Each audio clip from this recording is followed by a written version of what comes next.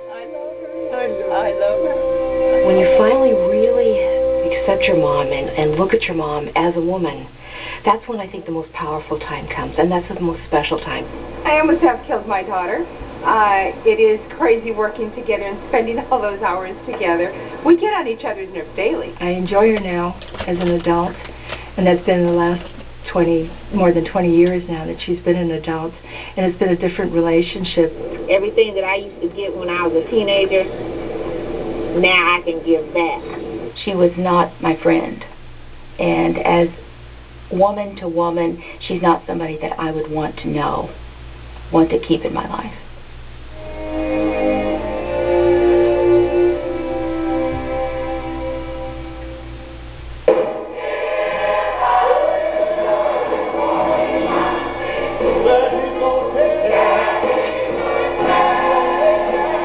Watching my mom preaching is probably one of the most amazing memories I'll probably ever have. Thank you, Lord. Thank you, Lord. Thank you, Lord. Thank She's found her calling, her purpose. I truly believe that is definitely where she's supposed to be.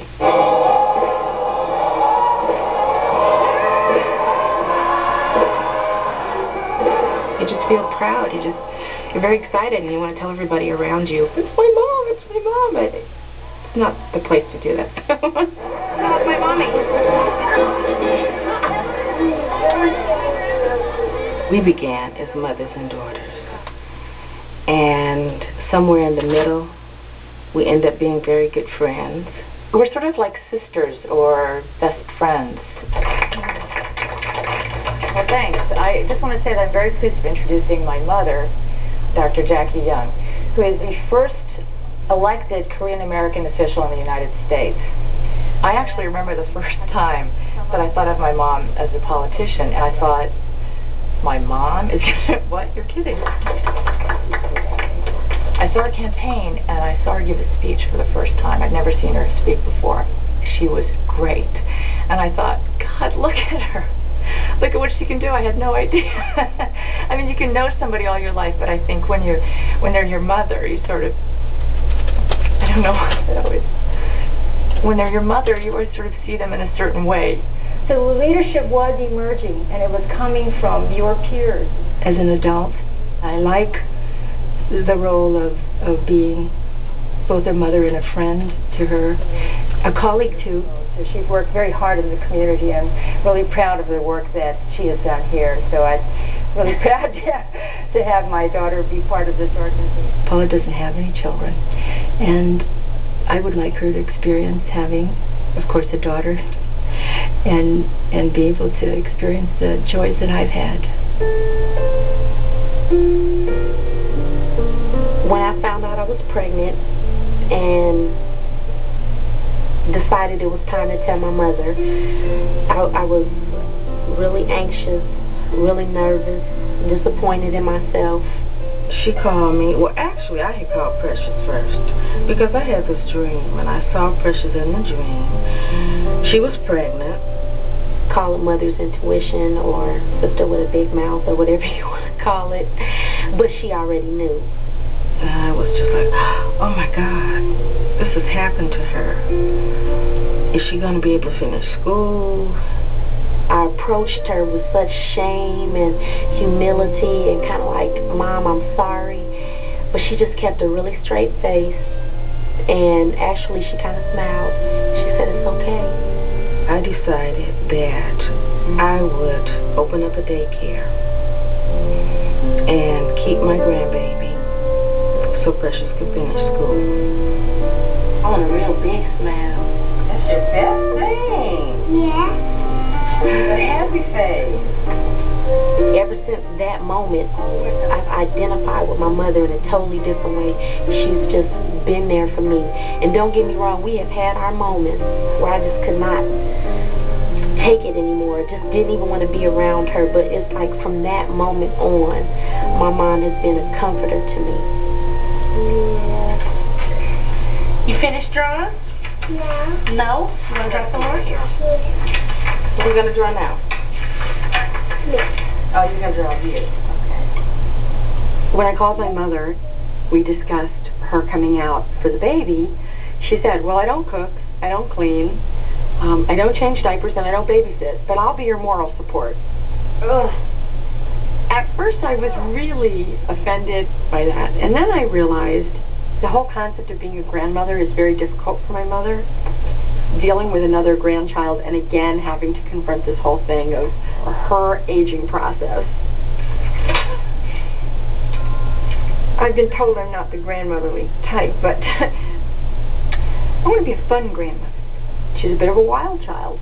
I really haven't figured out what I want to be when I grow up. I'm really only 16. So she exclusively dates younger men, and not a little younger, like a lot younger, like younger than me. And I'm not the one pursuing them, they're pursuing me. Maybe that's what's keeping me young. I don't know. I have no idea what the visit is going to be like when my mother comes to town. I have a baby. And, Margot, I brought you. You asked me to bring this. No, but I asked you for baby pictures. Baby pictures when I brought one. This is you when you were, I think you were me, because that's my first birthday. Yeah, you were 1 year older than me. So we don't have any pictures of me when I was an infant. No, I don't know where they are. But they're probably somewhere. Mothers have daughters, and then they have daughters, and it's just a continuation. And I don't know if you call it an ego thing. It's like you want to leave something behind of yourself in some small way.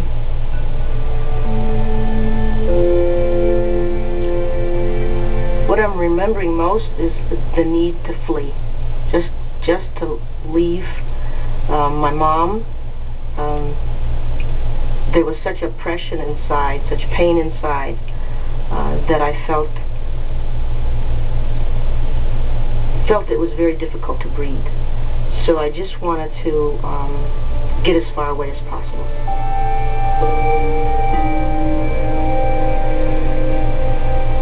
My relationship with my mother is not the relationship that I would like to have. It's somewhat of a strained relationship. There were times when I felt that I needed her protection, and it wasn't there. My mother's boyfriend molested me when I was 13, from 13 to 16. And I felt that I allowed it to happen for so long, because some people would say, well, why didn't you say anything sooner? But I allowed it to happen because I felt that I was protecting my mother. One of the things that I promised myself, and I promised Shalonda while she was in my womb, that I would always be there to protect her, and that I would not allow the things that happened to me to happen to her. Did I tell you that Travis has finally told his family that we broke up? Oh. Yeah. We come from 5 generations of teen mothers, and Shalonda's first one of us has completed high school and has not had a baby. So I really believe the cycle is broken. Live around the corner from me. Has 2 kids? 2. 2. She has like a 5-year-old and a 2-year-old, something like that. 2. And she's only 18. 18 and 19. I really admire my mother because she was a teenage mother, a single teenage mother, and she had to give up going to college. There were a lot of people who told her that was the end of her life. But she's back in school. She has another year before she gets her master's. She has her own business. She has 2 more kids and a husband. And she's, I think, very successful. Mom, my forehead looks 2 different colors. Please blend that some more. Blend. Okay. My mother will always have a friend in me. She will always have a place to go and a person to confide in me. My relationship with my mother was like a visitor. I didn't speak to my mother for several years. I would say probably close to 7 years. My mother and I have a very strange relationship, in that being we have no relationship at all. I haven't seen her in years. We have not had any kind of correspondence, birthday cards, Mother's Day cards, anything for about 20 years. My mother will always bother me till the day I die. Okay, ladies, Mom will sit down. Tiffany, if you could stand behind your mom. We want at least 3 different looks. You know, one maybe very serious, one medium. I feel trapped. She's constantly dependent on me. She can't go to bed without giving me a call. Just to ask something that's very silly. How do you spell McDonald's? M-C-D-O-N-A-L-D. Oh, I got it. How do you spell McDonald's? How do you spell Burger King? You know, just something to feel a connection. Just to feel like I'm still on earth with her. It gets to be very irritating. W-E-N-D-Y, you know, Wendy's, hello. Okay, one more like that, more serious. Tilt your heads to each other. Touch right here, forehead to forehead. Forehead for She comes from a culture in which daughters do not leave their mother. And she's not used to having a daughter that when she's a grown woman, she has her own life. I say, American girls do this. She said, are you an American girl or are you a Chinese girl? Look in the mirror. Yeah, that's great. I'm 27 years old, and I've hugged my mother less than 5 times in my lifetime. It's something that Asian people do not do. First time I hugged my mother was very quick. I just put my arms around her, boom, and I just let go. And she was embarrassed about it. So I thought about an activity that could be just body communication. Now, big smile. So I take her to portrait studios and take pictures. That way, when I put my arms around her, she's not embarrassed about it because supposedly it's for the camera. When I hug my mother, I'm trying to make her love me for who I am. To be intimate and hug for the camera is an excuse to get close. When I hug my mother, I'm trying to ask her to understand my plight in life. My pain of adjusting between 2 cultures.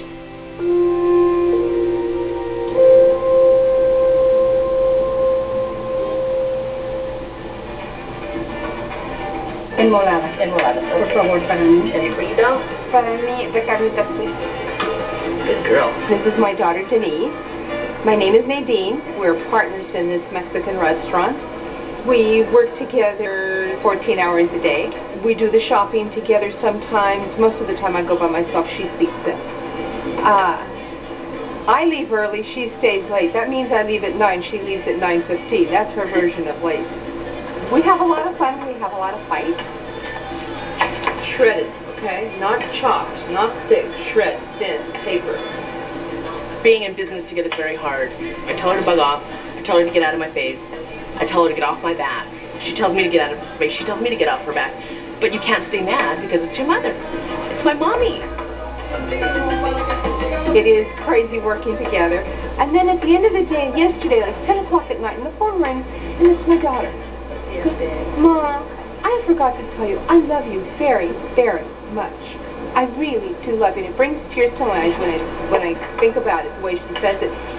Just all those little thingies that make it a family again. You know, it's like, here we go again, mother and daughter. Mommy, make me lunch. I do make you lunch. I make you lunch, I make you breakfast, dinner.